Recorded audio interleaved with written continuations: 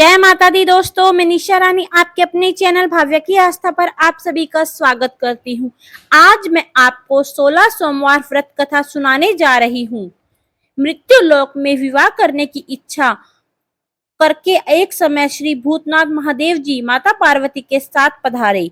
वहां वे भ्रमण करते करते विदर्भ देश के अंतर्गत अमरावती नाम की एक अति रमणीक नगरी में पहुंच गए। अमरावती नगरी में अमरापुरी के सदृश प्रकार के सुखों से परिपूर्ण था। उसमें वहां के महाराज ने बनाया हुआ रमणीक शिव जी का मंदिर बना हुआ था।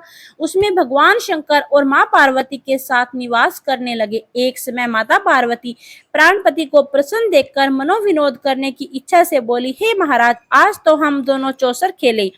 शिव जी की प्राण प्रिय की बात को मान लिया और चौसर खेलने लग गए। उस समय स्थान पर मंदिर का पुजारी ब्राह्मण मंदिर में पूजा करने को आया हुआ था। माता ने ब्राह्मण से प्रश्न किया कि पुजारी जी बताओ, इस बाजी में हम दोनों में से किसकी जीत होगी। ब्राह्मण ने बिना विचारे ही शीघ्र बोल दिया कि महादेव जी की जीत होगी। थोड़ी देर में बाजी समाप्त हुई और पार्वती की विजय हुई। अब तो पार्वती जी ब्राह्मण को झूठ बोलने के अपराध के कारण श्राप देने के लिए उद्दंड हो गई। तब महादेव जी ने पार्वती को बहुत समझाया, परंतु ब्राह्मण को कोढ़ी होने का श्राप माता पार्वती ने दे दिया। कुछ समय बाद पार्वती जी के श्रापवश पुजारी के शरीर में कोढ़ पैदा हो गया। इस कारण पुजारी अनेक प्रकार के दुखों को भोगने लगा और इस तरह कष्ट भोगते हुए जब बहुत दिन हो गए तो देवलोक की अप्सराएं शिव जी की पूजा करने के लिए उसी मंदिर में पधारी और पुजारी के कोढ़ के कष्ट को देखकर बड़े दया भाव से उसे रोगी रहने होने का कारण पूछा। पुजारी जी ने निसंकोच सब बातें उन अप्सराओं से कह दी। वे अप्सराएं बोली, हे पुजारी, अब तुम अधिक दुखी मत होना, भगवान शिव जी तुम्हारे कष्ट को दूर कर देंगे। तुम सब बातों में श्रेष्ठ षोडश सोमवार यानी 16 सोमवार का व्रत भक्ति भाव से करिए। अप्सराएं बोली कि जिस दिन सोमवार हो उस दिन भक्ति के साथ व्रत करें, साफ सुथरे कपड़े पहने, आधा सेर गेहूं का आटा ले जिसके 3 अंग बनाए, अक्षत पुष्पादि द्वारा प्रदोष काल में भगवान शंकर का विधि विधान से पूजा करें और ये जो 3 अंगा बनाए हैं उसमें से एक शिव जी को अर्पण करें। धूप दीप नैवेद्य मूंगी फल बेल पत्थर जनेऊ चंदन अक्षत से भगवान शिव की पूजा अर्चना वंदना करें। बाकी 2 शिव जी के प्रसादी समझकर उपस्थित जनों में बांट दें। आप भी प्रसाद पावें। इस विधि से 16 सोमवार व्रत करें। तत्पश्चात 17वें सोमवार के दिन पाव सेर पवित्र गेहूं का आटे की बाटी बनावे, तदनुसार घी गुड़ मिलाकर उसे का चूरमा बनावे और शिवजी को भोग लगाकर उपस्थित भक्तों में बांटे। पीछे आप सकुटम प्रसादी ले तो भगवान शिव जी की कृपा से आपके सभी प्रकार के मनोरथ पूर्ण हो जाते हैं। ऐसा कहकर अप्सराएं स्वर्ग को चली गई और ब्राह्मण ने यथाविधि 16 सोमवार का व्रत किया तथा भगवान शिव जी और माता पार्वती उस मंदिर में पधारे।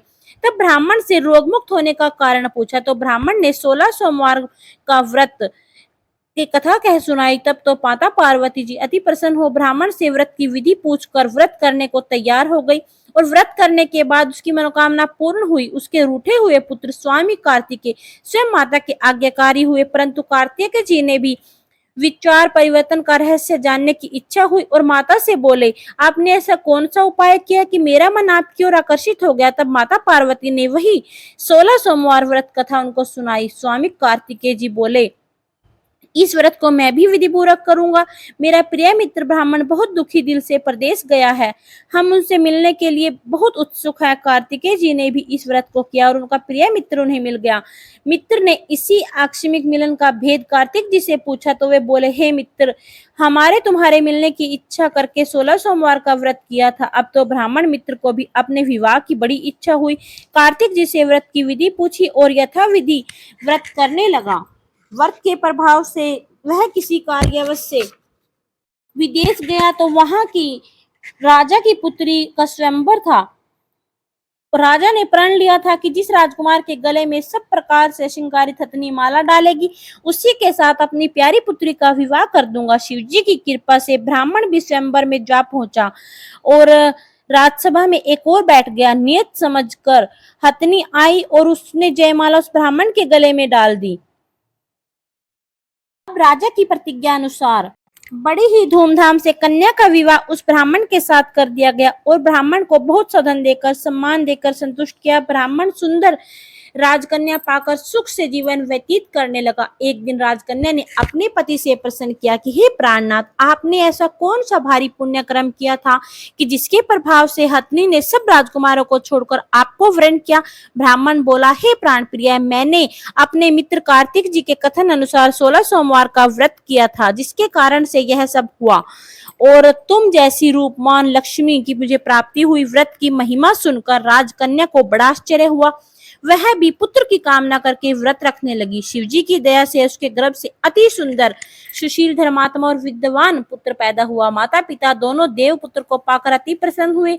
उनका लालन पालन भरी प्रकार से करने लगे। तब पुत्र समझदार हुआ और एक दिन अपनी माता से प्रश्न किया कि माँ, तूने कौन सा पुण्य कर्म किया था जो मेरे जैसा पुत्र तेरे गर्भ से उत्पन्न हुआ? माता ने पुत्र का प्रबल मनोरथ जान के अपने किए हुए 16 सोमवार की व्रत विधि के सहित पुत्र के सम्मुख प्रकट किया। पुत्र ने ऐसे सरल व्रत को सब तरह से मनोरथ पूर्ण करने वाला सुना तो उसने भी इस व्रत को राज्य के अधिकार पाने की इच्छा से सोमवार को यथाविधि करने लगा। और उसी समय एक देश के वृद्ध राजा के दूतों ने आकर उसको एक राजकन्या के लिए वरण किया। राजा ने अपनी पुत्री का विवाह ऐसे सरल गुण संपन्न ब्राह्मण युवक के साथ करके बड़ा सुख प्राप्त किया। और वृद्ध राजा के दिव्यांगत होने पर यही ब्राह्मण बालक गद्दी पर बैठाया गया, क्योंकि दिव्यांगत राजा के कोई पुत्र ही नहीं था। राजा का अधिकारी होकर भी वह ब्राह्मण पुत्र अपने 16 सोमवार के व्रत को विधि पूर्वक करते रहा। और जब 17वां सोमवार आया तो वह विप्र पुत्र ने अपनी प्रियतमा से सब पूजन सामग्री लेकर शिवालय में चलने के लिए कहा, परंतु उसकी पत्नी ने उसकी आज्ञा नहीं मानी। दास दासियों द्वारा सब सामग्री शिवजी के मंदिर में भिजवा दी और आप नहीं गई। तब राजा ने शिवजी का पूजन समाप्त किया। तब एक आकाशवाणी हुई।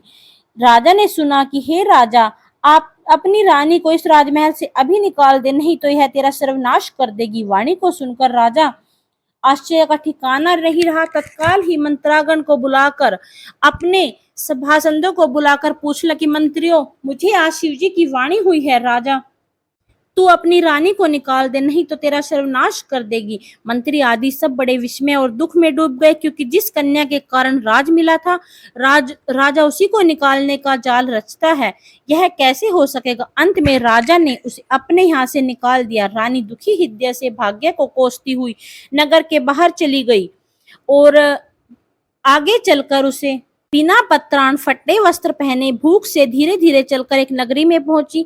वहां एक बुढ़िया सूत काट रही थी, सूत को बेचने जा रही थी। रानी को करुणा दशा देखकर बोली, चल तू मेरा सूत बिकवा दे, मैं वृद्ध हूँ, भाव नहीं जानती। ऐसी बात बुढ़िया की सुनी तो रानी ने बुढ़िया के सिर से सूत की गठरी उतार अपने सिर पर रख ली। थोड़े देर में आंधी आई और बुढ़िया की सूत की पोटली सहित उड़ गई। बेचारी बुढ़िया पछताती रह गई कि रानी ने अपने साथ किसे ले चली थी। रानी ने उससे कहा, तू मुझसे दूर हो जा।